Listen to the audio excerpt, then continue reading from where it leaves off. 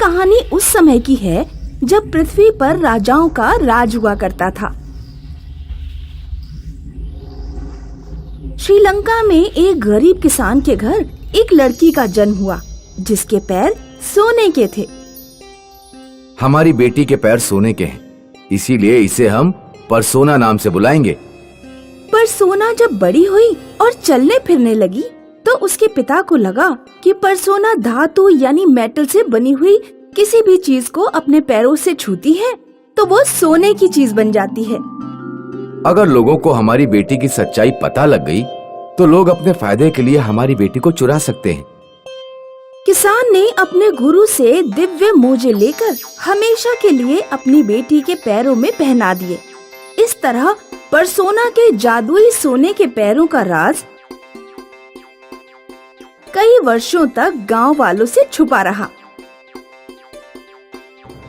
बड़ी होने के बाद परसोना खेतों में अपने पिताजी का हाथ बटाने लगी। परसोना, तुम अपने पैरों में हमेशा मोजे क्यों पहनी रहती हो? अभी तो इतनी गर्मी हो रही है, इन मोजों को उतार क्यों नहीं देती? वो मेरे पैरों में गंदी मिट्टी और गंदे पानी से फोड़े फुंसी हो जाते हैं, इसीलिए वैद्य जी ने कहा है कि मैं मोजे पहन कर रखा करूं। कोई भी राज हमेशा राज नहीं रहता। एक ऐसी परिस्थिति आई जब परसोना के पिता को परसोना के पैरों का राज खोलना पड़ा। राज्य पर चीनी आक्रमण हो गया और चीन का सम्राट सब कुछ लूट कर ले गया। श्रीलंका का राजा गांव-गांव जाकर गरीब हो चुकी जनता की हर तरह से मदद कर रहा था। मेरे राज्य के प्यारे लोगों, इस मुश्किल घड़ी में मैं आपके साथ हूँ। मैं किसी को भूखा नहीं मरने दूंगा। आप लोग भी हो सके तो एक दूसरे की मदद करें। किसान से राजा और जनता का दुख देखा नहीं गया। उसने राजा को अपनी बेटी के जादुई पैरों के बारे में बता दिया। बरसों बाद परसोना ने अपने मोजे उतारे और वो लोहे की बड़ी-बड़ी प्लेटों पर चली। लोहा सोने में बदल गया। इस तरह परसोना के पैरों से एक बार फिर राज्य में सुख और समृद्धि आ गई। परसोना बेटी, हम तुम्हें एक महल बनाकर देना चाहते हैं। पूरे राज्य की यही इच्छा है। श्रीमान, आपने मुझे इस काबिल समझा, इसके लिए धन्यवाद। पर मैं अपनी माँ और पिता के साथ अपने घर पर ही खुश हूँ। राजा की बेटी जैकलिन ने जब परसोना को इतना सम्मान मिलते देखा तो उसे बहुत जलन हुई। राजकुमारी मैं हूँ और सारा सम्मान उस परसोना को मिल रहा है, सिर्फ उसके पैरों के कारण। राजकुमारी जैकलिन ने प्रेतों के देवता की पूजा करके काली चुड़ैल को बुलाया। चुड़ैल, मैं तुझे 13 बकरे खाने को दूंगी, बस तू परसोना से उसके पैरों की विशेषता छीन ले। 13 बकरे, आपका काम हो जाएगा राजकुमारी। परसोना एक दिन जब अपने घर पर सो रही थी तो चुड़ैल ने उसके पैरों पर मंत्र पढ़कर अपना काला पानी छिड़क दिया। अगले दिन जब परसोना सोकर उठी तो उसके पैर कोयले के बन चुके थे। पिताजी, मेरे पैरों को क्या हो गया? ये बिल्कुल काले पड़ गए हैं। परसोना ने अपने पैरों से जिस भी धातु की चीज को छुआ वो कोयले की बन गई। परसोना के पिता परसोना को अपने गुरु के पास लेकर पहुँचे, जिन्होंने बहुत साल पहले परसोना के लिए मोजे दिए थे। ये किसी चुड़ैल के जादू से हुआ है। तुम्हें अपने पैरों को वापस पहले जैसा करने के लिए पूर्णिमा की चांदनी रात को कमल के फूलों के तालाब में पैरों को धोना होगा। परसोना ने पूर्णिमा की खिली चांदनी में कमल के फूलों से भरे तालाब में जब अपने पैर धोए तो दोबारा उसके पैर सोने के बन गए और एक बार फिर उनकी विशेषता लौट आई। राजकुमारी जैकलिन ने फिर चुड़ैल को बुलाया। चुड़ैल, तुम्हारा जादू काम नहीं आया, परसोना के पैर फिर सोने के बन गए। चिंता ना करे राजकुमारी, इस बार मैं परसोना के पास कोई विकल्प नहीं छोड़ूंगी। एक रात जब परसोना सो रही थी तो चुड़ैल ने फिर उसके पैरों को कोयला बना दिया और उसी रात राज्य के सभी तालाबों पर अपना पानी छिड़ककर सारे कमल के फूलों को नष्ट कर दिया। अब देखती हूँ कि परसोना क्या करती है। अगले दिन परसोना जब सोकर उठी तो उसने देखा कि उसके पैर फिर कोयले के बन चुके हैं।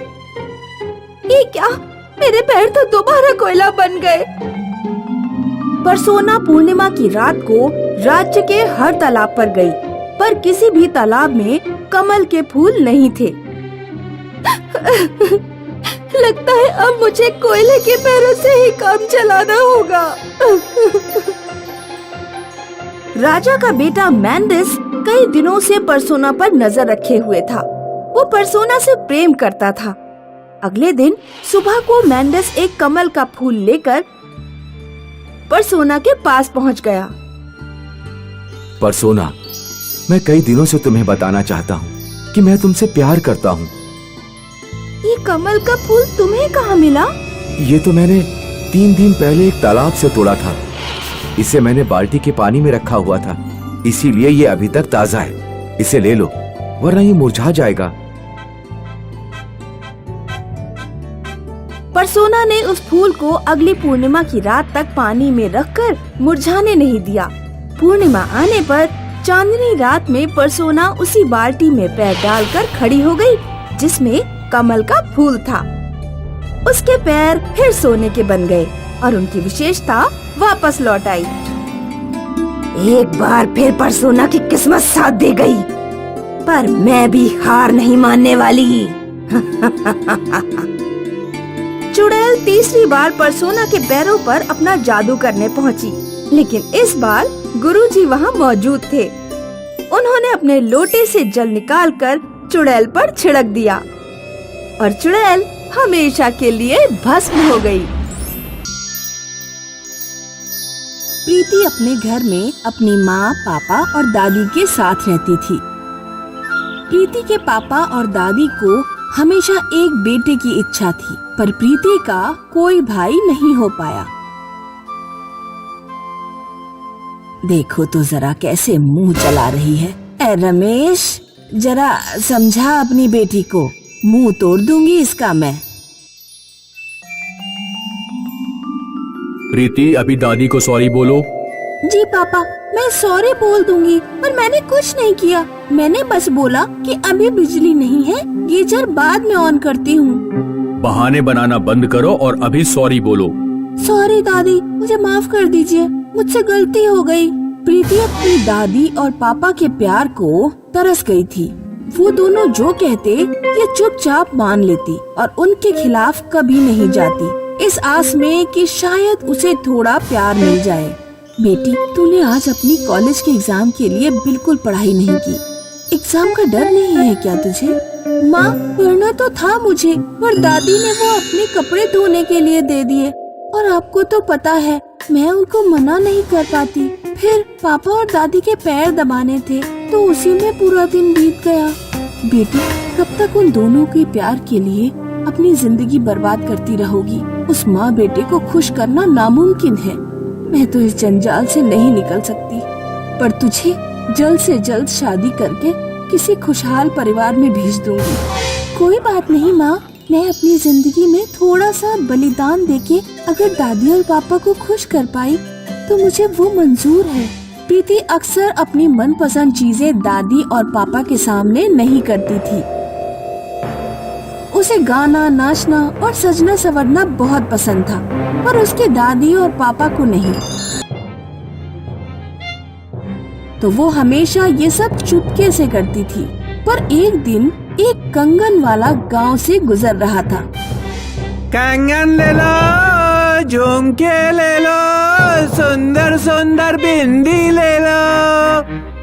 प्रीति, इधर आ, खबरदार उस कंगन वाले के पास गई, टांगे तोड़ दूंगी। यहाँ आके मेरे पैर दबा, चल।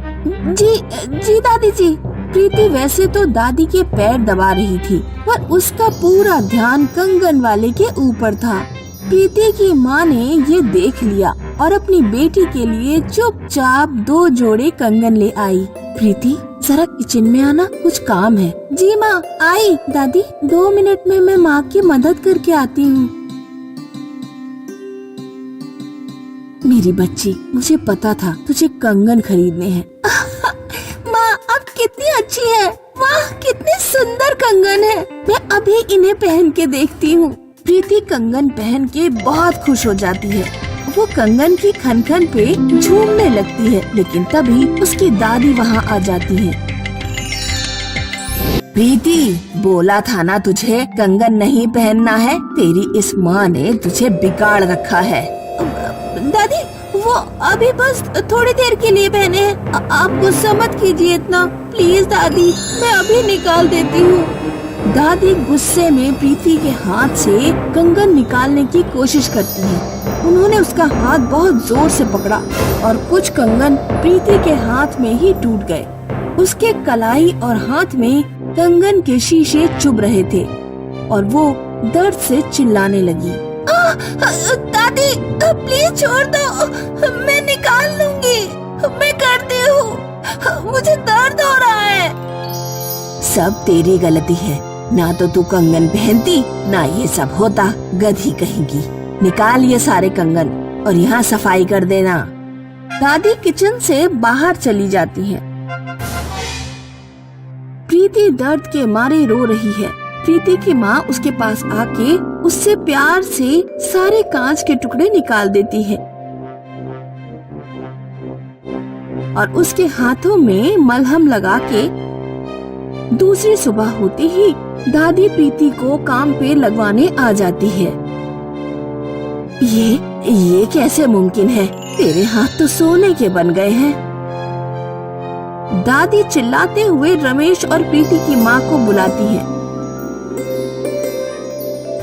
अरे चमत्कार हो गया, ये तो चमत्कार हो गया रमेश। अरे ओ रमेश, इधर आ जल्दी। बहू तुम दोनों भी आओ।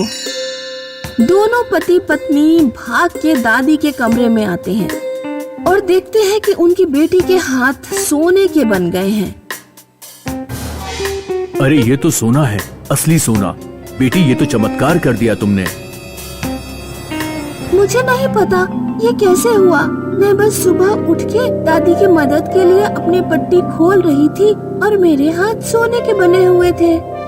देखो ये पट्टी भी सोने की बन गई है। बेटी जरा मेरे इस चश्मे को हाथों पे रख के तो देख। प्रीति अपनी दादी के चश्मे को हथेलियों के बीच रखती है और वो सोने का चश्मा बन जाता है। हे ईश्वर, आपका लाख लाख शुक्र है, हमारी प्यारी सी बच्ची को आपने कितना अच्छा वरदान दिया है। हाँ मेरी प्यारी बेटी, मेरी आँखों का तारा। प्रीति को अचानक अपने पापा और दादी से प्यार की बौछार मिल रही थी। बेटी इस चम्मच को सोने का बना दे। मेरी प्यारी बच्ची, इस गुलदस्ते को सोने का बना दे। धीरे धीरे प्रीति घर की राजकुमारी बन गई थी। उसकी माँ तो उसे प्यार करती ही थी, अब दादी और पापा भी प्यार देने लगे थे। उनके घर की हालत काफी सुधर गई। उन्होंने सोना बेच के बड़ा बंगला बना लिया, नौकर चाकर की लाइन लग गई और पूरा परिवार अब राजा महाराजाओं की तरह जीने लगा था। प्रीति के हाथों को सोने का बना हुआ ठीक 1 साल हो गया था। वो सुबह उठी और घबरा के रोने लग गई। माँ, माँ जल्दी आओ यहाँ। क्या हुआ प्रीति, सुबह सुबह क्यों रो रही हो? प्रीति अपने हाथ आगे करके अपनी माँ को दिखाती है। उसके सोने के हाथ अब सोने के नहीं रहे थे। माँ, अब मैं क्या करूँगी माँ? दादी और पापा हमें घर से निकाल देंगे, वो मुझे कभी प्यार नहीं करेंगे।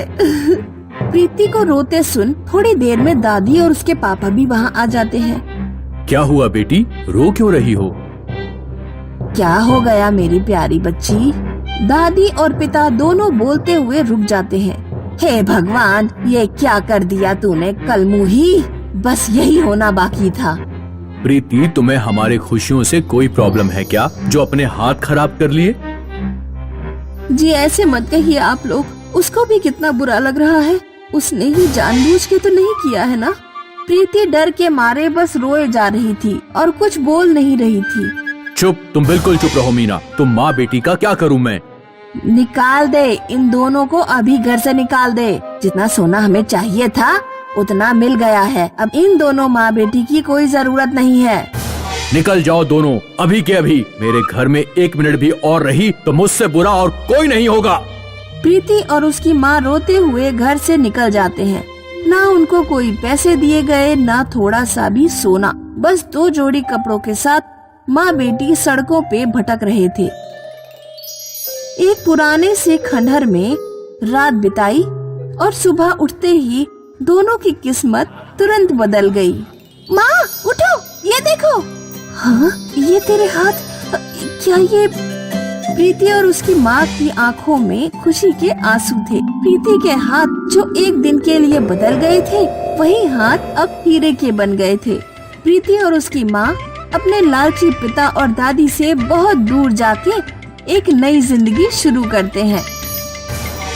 उनकी जिंदगी में बेशुमार पैसा और प्यार भर जाता है और उन्हें कभी कोई तकलीफ नहीं होती।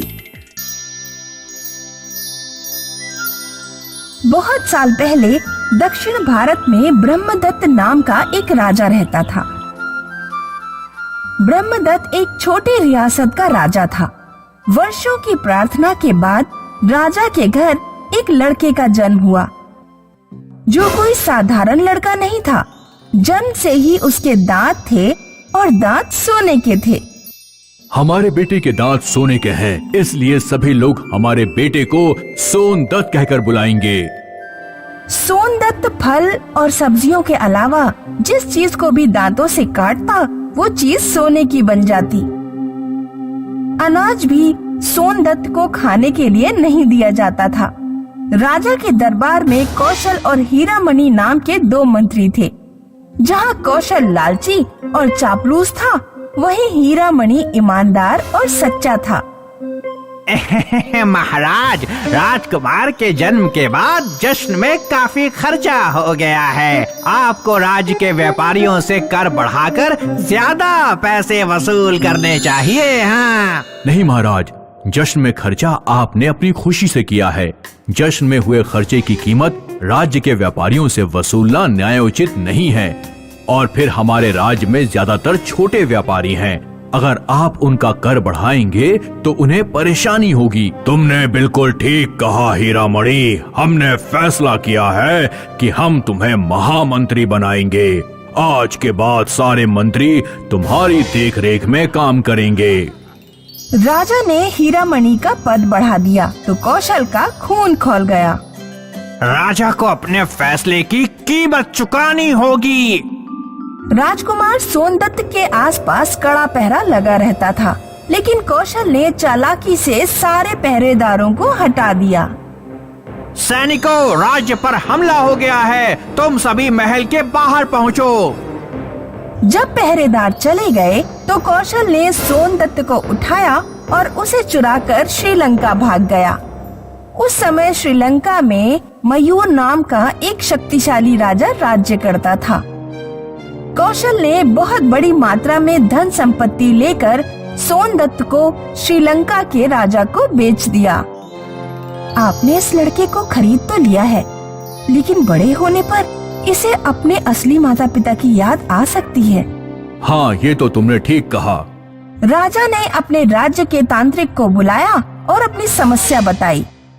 तांत्रिक ने तंत्र मंत्र से सोनदत्त की पुरानी याददाश्त बिल्कुल साफ कर दी। बस एक चीज का ध्यान रखना, इस लड़के को कभी प्रेम नहीं होना चाहिए। अगर प्रेम की घटना इसके अंदर घटी तो इसे अपना अतीत याद आ जाएगा। सोनदत्त राजा मयूर के यहाँ बड़ा होने लगा। सोनदत्त को लड़कियों से दूर रखा जाता था ताकि उसे प्रेम ना हो। राज्य में किसी को सोनदत्त से बात करने की इजाजत नहीं थी। सोनदत्त की शिक्षा का विशेष प्रबंधन किया गया था। उसकी किताबों में कोई प्रेम कहानी नहीं थी।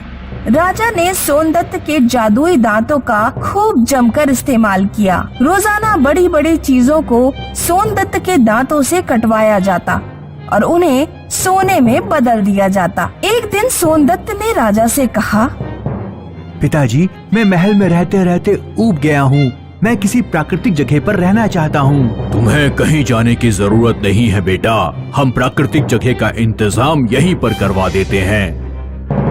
राजा ने तुरंत अपने राज्य के सबसे काबिल बागवान को बुलाया और सोनदत्त के लिए एक विशेष बागीचा तैयार करने का हुक्म दिया।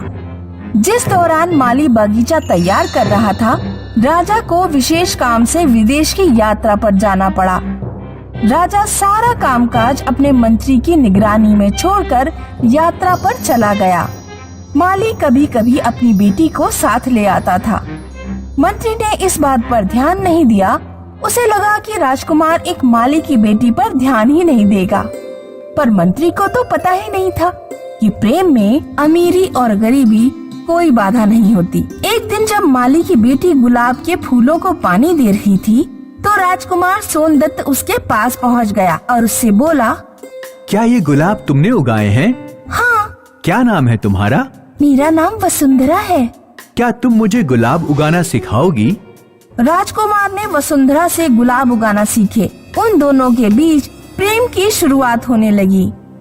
राजा मयूर जब वापस लौटा तो उसने सोनदत्त को माली की बेटी से बात करते देखा। मंत्री को बुलाया। ये क्या हो रहा है मंत्री जी?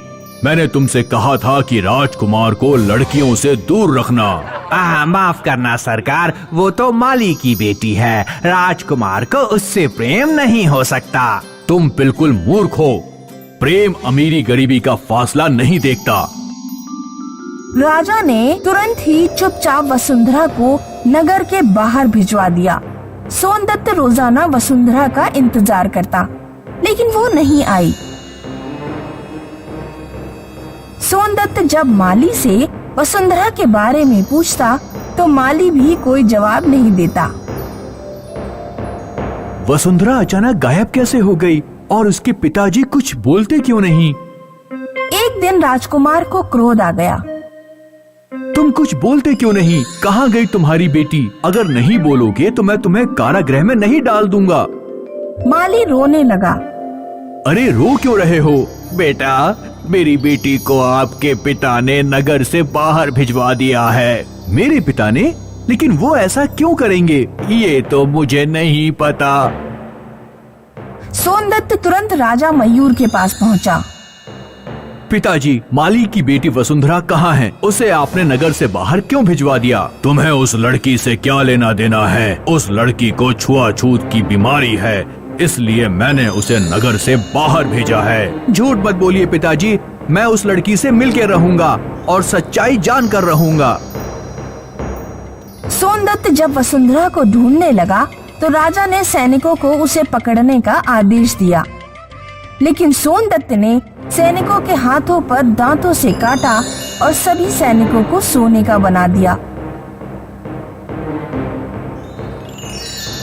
नगर के बाहर काफी ढूंढने के बाद उसे वसुंधरा मिल गई। दोनों की आंखों में प्रेम के आंसू थे। सोनदत्त को अपना बचपन याद आ गया। मुझे सब कुछ याद आ गया है। राजा मयूर मेरे असली पिता नहीं हैं। कौशल नाम का मंत्री मुझे चुराकर यहाँ ले आया था और उसने मुझे राजा को बेच दिया था। सोनदत्त तुरंत वसुंधरा को लेकर मंत्री कौशल के पास पहुँचा, जो अब राजा मयूर के राज्य का सबसे बड़ा व्यापारी था। सोनदत्त कौशल को घसीटते हुए समुद्र तट तक ले गया और फिर जहाज से अपने पिता ब्रह्मदत्त के राज्य वापस लौट आया। ब्रह्मदत्त अपने बिछड़े हुए बेटे से मिलकर बहुत खुश हुआ।